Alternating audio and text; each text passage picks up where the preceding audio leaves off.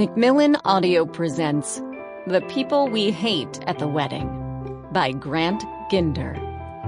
Read for you by Kristen Hvam and Dan Bittner.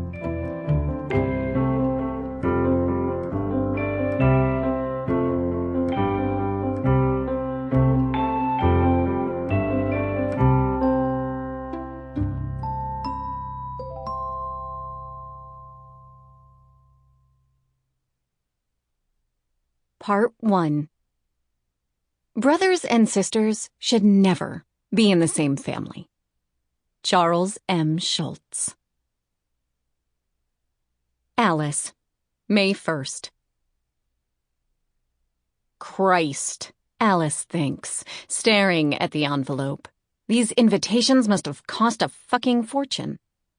Her phone buzzes against her desk, and she picks it up before it has a chance to ring twice. So, how much? It's Paul, her brother. Hold on.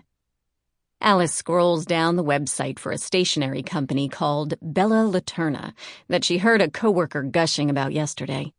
Buried below 100 pictures of dainty thank you cards and save the dates, she finds what she's looking for: a pink and white pricing table for wedding invitations. I've only gone about 5 minutes, he says. I'm going as fast as I can. She squints at the screen. Why are you in such a rush? I'm at work, okay? I've got shit to do. You're the one who was begging to talk last night. Yeah, and you said you were busy, just like I'm saying I'm busy now.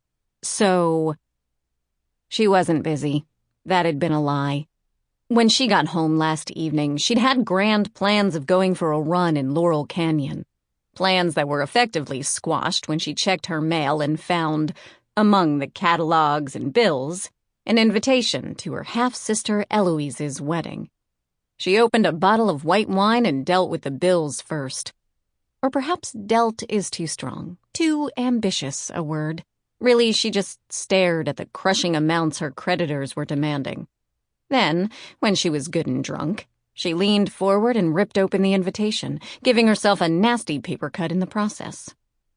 Shit, she'd said, and stared at the dot of blood on her finger as she waited for the sting to register.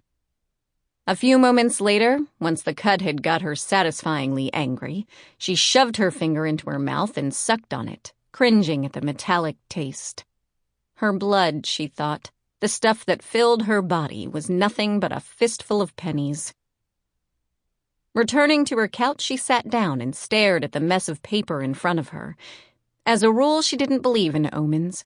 She never reads her horoscope, and she thinks fate is just the name narcissists give to coincidence.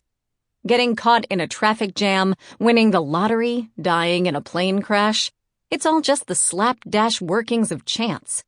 Things happen and things don't. Still, though, slicing your finger open on your sister's wedding invitation can't be a good sign. Paul says, "Hello." I'm here. She skims down the table's columns. Foil, no foil, cardstock type, multiple colors. So how much did they cost? Okay. Alice drums her fingers across her desk. In the cubicle next to her, the phone rings. Let's see. We think it's 2-ply paper, right? I think so. Paul says. I've got it right in front of me. Thick and nice as shit. Yeah, I've got it right here, too. Alice picks Eloise's invitation up off her desk. The paper is full and cottony, halfway between papyrus and a quilt, she thinks. And if she looks closely enough, she can see details she missed last night. Wisps in its pulp, places where it's been hand-pressed, all sorts of little irregularities that add up to a hefty price tag. Paul says, Okay, so we can agree on 2-ply? Absolutely. She traces her half-sister's name. How many colors are we dealing with? I was just going to ask that, Paul says. I count 3, gold, silver, and that terrible, shitty English seaside blue. Alice liked the blue when she first opened the... Sample complete. Ready to continue?